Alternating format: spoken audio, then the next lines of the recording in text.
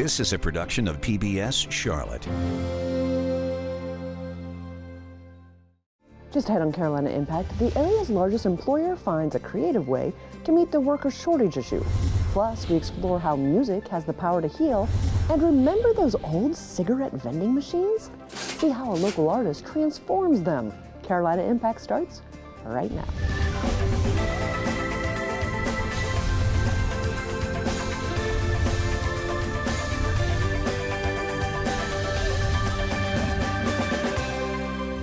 Good evening. Thanks so much for joining us. I'm Amy Burkett. The national unemployment rate sits currently at 4.1%. But for people with criminal records, that rate is much, much higher. According to data from the Bureau of Justice, the unemployment rate of former prisoners is around 30%. And estimates show that around 60% of those released from prison can't find work within a 4-year period. Carolina Impact's Jason Terzis joins us with what the area's largest employer is doing about that.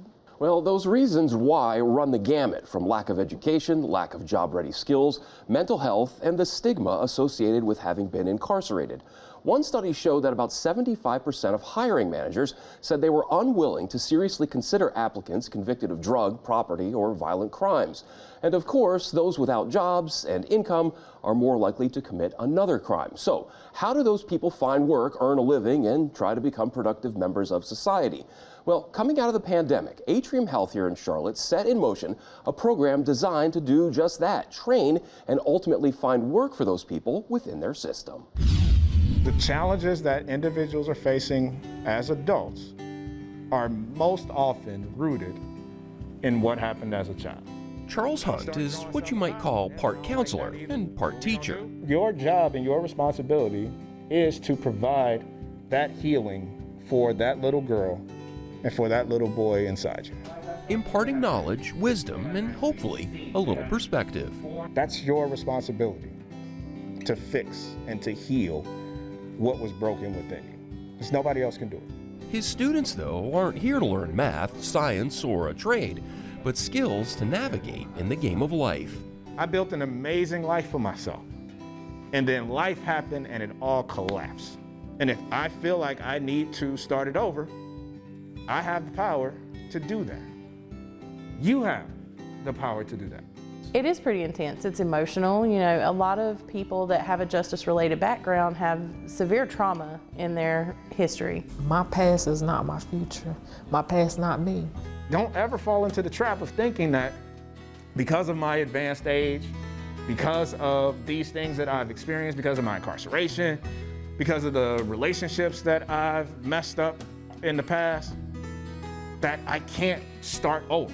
Starting over is what this class and program is all about. The Restorative Pathways program began in 2021 with a charge from our CEO, Gene Woods, who asked us to become a fair chance hiring employer. And what that means is giving people a second chance, specifically former prisoners, or as they call them, justice-involved individuals. I noticed when I came home, it was very hard for me to get a job, or I would get great jobs, but by the time my background check came, they was like, I'm sorry, Ms. Robinson, we're not going to be able to hire you. We try to emphasize to our participants in this program, you are not your past. It happened, you served your time, the justice system gave you this punishment, that is complete now.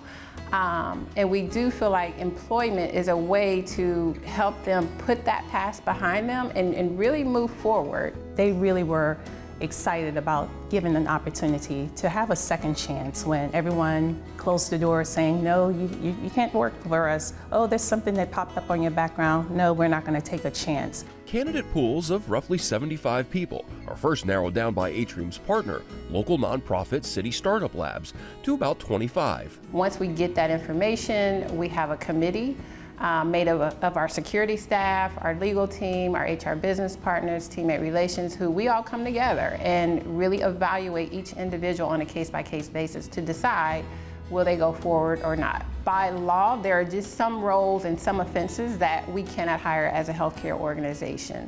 And so we automatically screen out those individuals. Atrium then selects the finalists, who are then registered into the program. So we have about 2 to 3 cohorts per year, and each cohort has anywhere between 10 to 15 teammates included in it. And now I'm at a point where I am okay with shaking this thing up and starting over and crafting what do I want the next part of my journey to look like? What do I want the next part of my life to look like?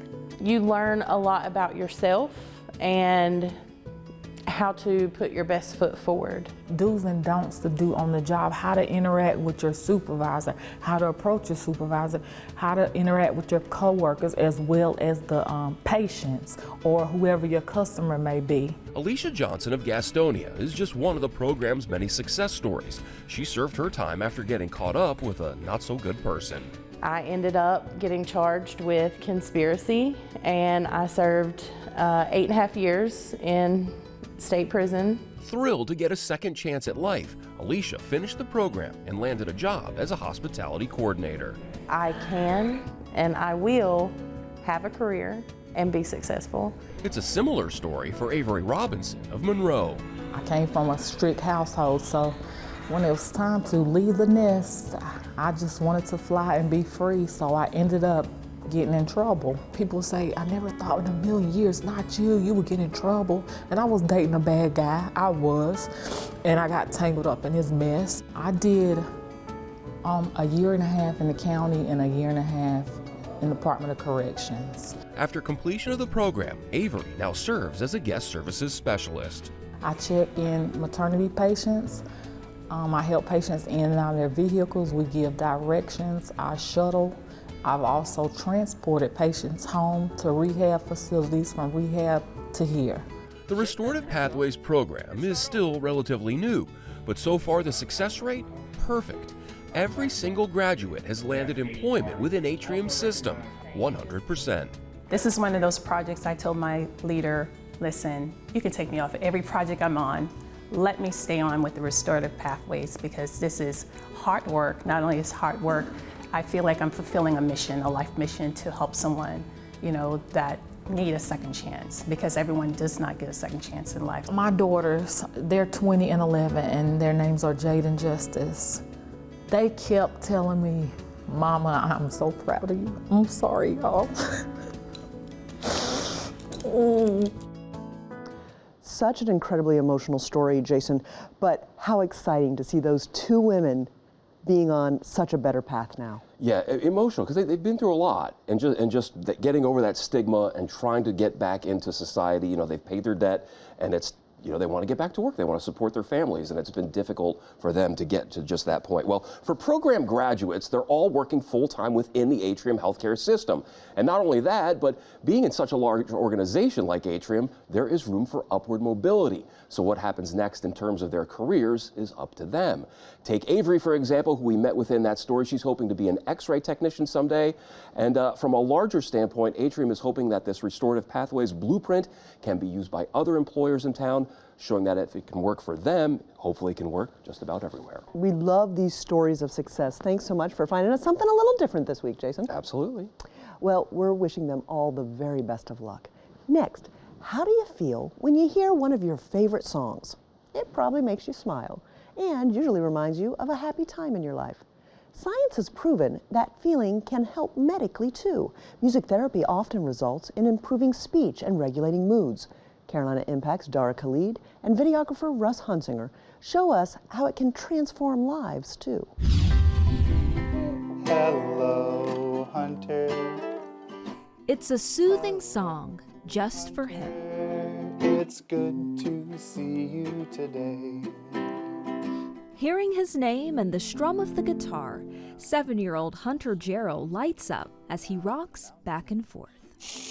For Hunter, who's nonverbal, this is his way of saying how good the music makes him feel inside. You ready for some more drumming? Not really sure if he will ever be able to talk, but we have hopes. He's defied all the odds so far. He was born with heart defects, has a rare genetic mutation, and when he was 1.5, had a massive stroke that affected several parts of his brain. After his stroke, nobody expected him, one, to live, you know, he's walking, he's, you know, playing music, he's vocalizing. Yeah. Which are skills Hunter is learning in his weekly music therapy sessions with neurologic music therapist Mason Swimmer. Head, shoulders, knees, and toes. Utilizing those fine motor skills to grasp, to play piano, to play the drum, gross motor skills as well. The American Music Therapy Association defines music therapy as the use of music by a professional to address the cognitive, physical, social, and emotional needs of a client. Raindrops keep falling on my head. Research shows nearly 2 million people a year get music therapy.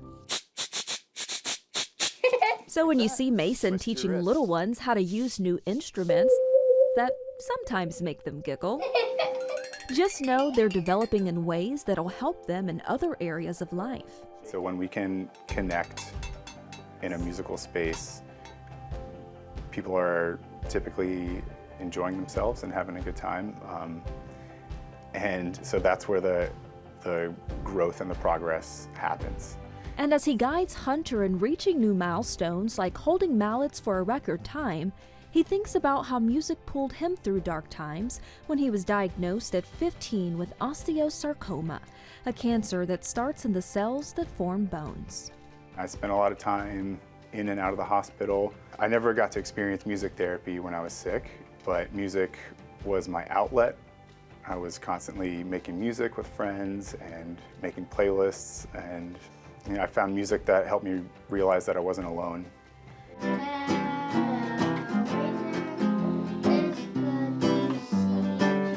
Which is exactly how he wants his clients to feel, like they're not alone either. It gives me a more empathetic approach to know what it's like to have struggles or difficulties, to be more patient. Obviously, everybody's own experiences and circumstances are unique to them, but it does give me just an appreciation of being here. Music therapy isn't limited to traditional clinics. It can also take place at hospitals, nursing homes, Let's sing hello together. and college campuses. At Queen's University, you'll find 8-year-old Ariana Singh once a week making music with colorful boomwhackers, one of her favorite instruments. As a mom, you know, I love seeing her happy, of course, and music is her happy place. This is just her passion, and so getting to come here and watch her be so engaged is amazing. Ariana was diagnosed with autism when she was 3 years old. Part of her session focuses on building social skills through musical improvisations. Children on the autism spectrum like patterns and they like repetition. So music therapy allows us to leverage all those elements. The way we structure and organize within the improvisations. The program at Queen's has been around for nearly 50 years, which means it's evolved as more research and technology has come out. What's different now is the growth in our understanding of the neurologic process, being able to look at brain scans and watch the brain light up on scans. It was not technology we had in the early days, not even when I was a student. So now the experience is more enriching for students like Athena Strickland.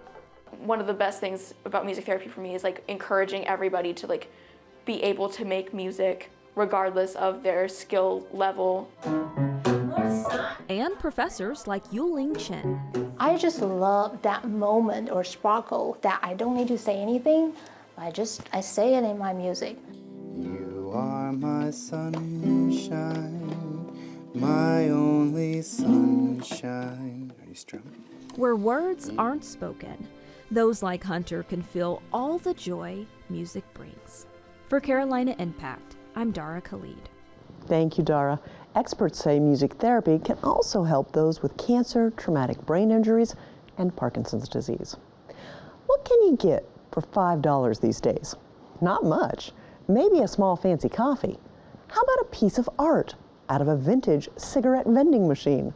It's called Artomate. Videographer Russ Hunsinger explores how this concept started by a North Carolina man has spread across the country and around the world. Oh my gosh, it's so beautiful. Isn't that gorgeous? A yellow springbird. Artomat is a collaborative art installation project where we use banned cigarette machines and turning them into functional art delivery devices. So people will see this and be like, hey, I haven't seen one of those in years. In many cases, we'll design a machine for a venue, we'll work with the interior designers or the architects, we'll match colors. We want our machines to be comfortable in a venue. In each machine, there's anywhere from 9 to 22 columns, and each artist has their own column. The fun of putting the money in and pulling the knob, just, it's amazing. I love seeing the people's reactions and their smile. This thing comes out and lands in someone's hand. It's a small size, it can be carried around. And I like to feel even though it's a big, heavy, cold machine, it creates a tangible connection between the artist and the patron. It was nice that they took old cigarette machines and turned them into something useful, and then supporting the local art community. I loved it. Like I said, this is just amazing that you can do something like this and make us all really, just such a happy thing. Well, it's $5, so the artist gets $2.50. The host venue gets $1.50 because they usually pay to host a machine. And then our studio gets $1. The money is small, but honestly, once an artist gets into the mix and they figure out how to produce their work, it adds up faster than you would think. We have such a wide variety of artists, anything from little kids around 7 or 8 and all the way up to probably, gosh, it's probably been about 10 years, but I think our oldest artist we've had was 98. From people doing this as a fun hobby to professionals, it's amazing to see all the variety. Anything you can possibly think of, paper mache to jewelry to paintings to little 3Ds that you put your flashlight in. It's a jellyfish porthole. This one's a little viewfinder of a little mini drive-in. This is an artist named Ann Shira. She makes little clay TVs. These are little art journals by Debbie Page Harris. We have jewelry, paintings, whatever fits in the parameters of our guidelines on our website. It's got to fit within here. I had seen the machine before, and I just didn't know anything about it, and I thought, I do prints, so I could probably do that. It's a lot of pieces, but that's kind of fun because you can make a lot of different variations of different pieces and do different colors. And I like whenever somebody tags me online and it says I got one of your blocks. The amount that people enjoy it is satisfying. It's the size of a cigarette pack and you get it out of the machine for $5. And a lot of people keep that as a memento, but some will contact me and they'll purchase a bigger piece of art. It's a good way to promote myself. But it is nice. It's a surprise and a pleasant surprise. Like I said, this is beautiful. Well, thank you. The artists who become part of this do kind of make it more exciting for me every day because they bring something to the project and make it stronger than what I could have done. And I wouldn't want it to be about me.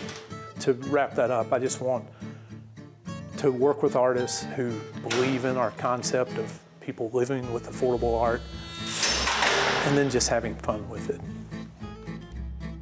I just love the creativity of the folks in our area. Thanks so much, Russ, for sharing that story with us. Clark has estimated since starting Artomat in 1997, over 1 million pieces of art have been purchased and over 1,000 artists have participated. If you're part of an organization who'd like to host a machine or you're an artist who'd like to participate, you can find a link to the information on our website at WTVI.org. Well, wrapping things up tonight, tucked away in the heart of Statesville is a majestic mansion where elegance meets history. The historic Sharp House is an architectural gem, originally built in 1866 for the city's very first mayor, Silas Sharp. Our newest Carolina Impact reporter, Chris Clark, shows us how this landmark offers a feast for the senses. Get ready for a taste of royalty in a setting where the past comes alive.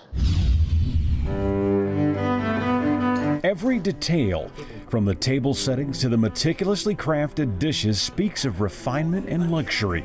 Not merely a meal, but an experience where the charm of the past meets the standards of modern dining, transporting people to a world of opulence and sophistication. I thought it was amazing. They are blown away that there's a place that is dressed up and is an elegant to have an event at as what we do here. The food and ambiance captivate all who enter, but it's the footmen and their impeccable service that lingers in conversations. You have your assigned table numbers. Everybody watch for each other. Dressed in elegant tails, gleaming gold buttons, crisp vests, dapper bow ties, polished cufflinks, and of course, pristine white gloves. The footmen of the Sharp House attend to guests with grace and precision from the instant they arrive. Funnest thing about this is being able to interact with more people, being able to serve them with your heart. It's something that they don't get to see very often. Once a staple in the 18th and 19th century European aristocracy, the roll has now faded into history, unless of course you're a British royal. The group wasn't originally part of the festivities at the Sharp House, but one evening Keith Ryan stumbled upon a program that sparked his curiosity. It was inspired by watching Downton Abbey. If it weren't for PBS and WTVI broadcasting it, I wouldn't have known about it. From setting the candles, properly placing forks and spoons, glassware, just so, the footmen do it all. I've had the good fortune to actually go to London and had tea at the Ritz, and I'm very proud to say, not one thing different. So we're on par with the Ritz in London, but not nearly as expensive. Historically, the roll has been filled by young men, teenagers, the same ones that do this. Are the same age as the young men serving refreshments with hors d'oeuvres and a multi-course meal. But finding the right young men was a challenge at first. Grabbed two bag boys from the grocery store. One of them, I had to take the tailcoat to him, put it on him and say, "You're hired, you're working tomorrow night." That was 11 years ago and marked the beginning of a transformative chapter in the Sharp House. As site manager, Keith faced a dilemma. Like most historic homes, it needed some love. Upkeep is expensive. Ever the problem solver, Keith's solution was brilliant, helping the mansion and his catering company. It's a partnership, so to speak, where the house rental money takes care of the fees for keeping up the house, but accounting did not want to get involved with food and flowers and whatnot associated with weddings and things. So my business is known as Crowning Events, and so we give everyone a royal term. And we do it in the splendor of this beautiful house. If you're eager to learn and put in the effort, Keith will teach you the art of etiquette. Alex has sensory processing disorder, and so when you ask Alex, tie your shoes, it takes him a little bit to be able to respond. It may look as he's being insubordinate, which he is not. He's just trying to process the information. But Keith is phenomenal, and he understands it. Children with autism often struggle with communication, social interaction, and focus issues. But something about putting on the footman's uniform changes these young men. It's the old adage of clothes make the man. The confidence, I think, is even greater than anything else, because he was a very quiet kid when he first started with Keith, and he's completely come out of his shell. You know, in my own life, I'm much more like this. I'm the smiling guy, but when I'm serving and working, I'm more like... Although, it may have backfired in Alex's case. I never really asked him to do anything very difficult because in my mind he couldn't handle it. And then I saw him at the Mother's Day tea, the one I went to, and he was leading other kids. And so now he gets a lot more chores at home. There is less time for homework, which makes it, you know, a little bit more stressful. Small price to pay for the opportunity to be part of something so special. This place is just an opportunity for us to just learn and just have experiences that'll just shape us for our future. Fostering skills that serve them for a lifetime. My husband and I had always thought that he would probably be with us forever. But seeing him perform at these events, he's totally fine. The kid's gonna be able to live on his own, have a family of his own, and flourish in adulthood. Now, obviously, all of these guys get along and they enjoy what they do, but excuse me, fellas, this isn't charity work. If they're 14 or 15 years or older and they got a work permit, they're getting paid for all of this. Now, the guys that are younger, they do get paid, but it's with something that is oh so sweet. Pound cake. And if anyone knows the Sharp House, they know what I'm talking about. It's my mother's recipe. It's called a double vanilla pound cake. Keith and the Sharp House Footmen are curators of an unforgettable experience that leaves an indelible mark on the soul. His goal is simple, yet profound. We want them to leave here feeling royal, feeling as though this is going to be something I will always cherish. Be it dinner for 20 at the Mansion or a grand gala for 200 across the street at the Civic Center, every detail is flawlessly executed, creating a memorable experience that lingers long after the last plate is cleared. For Carolina Impact, I'm Chris Clark. Thank you, Chris, and welcome to our PBS Charlotte family. Keith's guidance for the Footmen extends far beyond the dining room. They also take care of the grounds with the same meticulous care for trimming the shrubs, grass, and planting flowers, to cultivating a seasonal vegetable garden. Pretty impressive there. I've worked with Keith on several projects, and he's extraordinary. The region's very own Mr. Carson. Well, that's all the time we have this evening. Thanks so much for joining us. We always appreciate your time and look forward to seeing you again next time on Carolina Impact. Good night, my friends.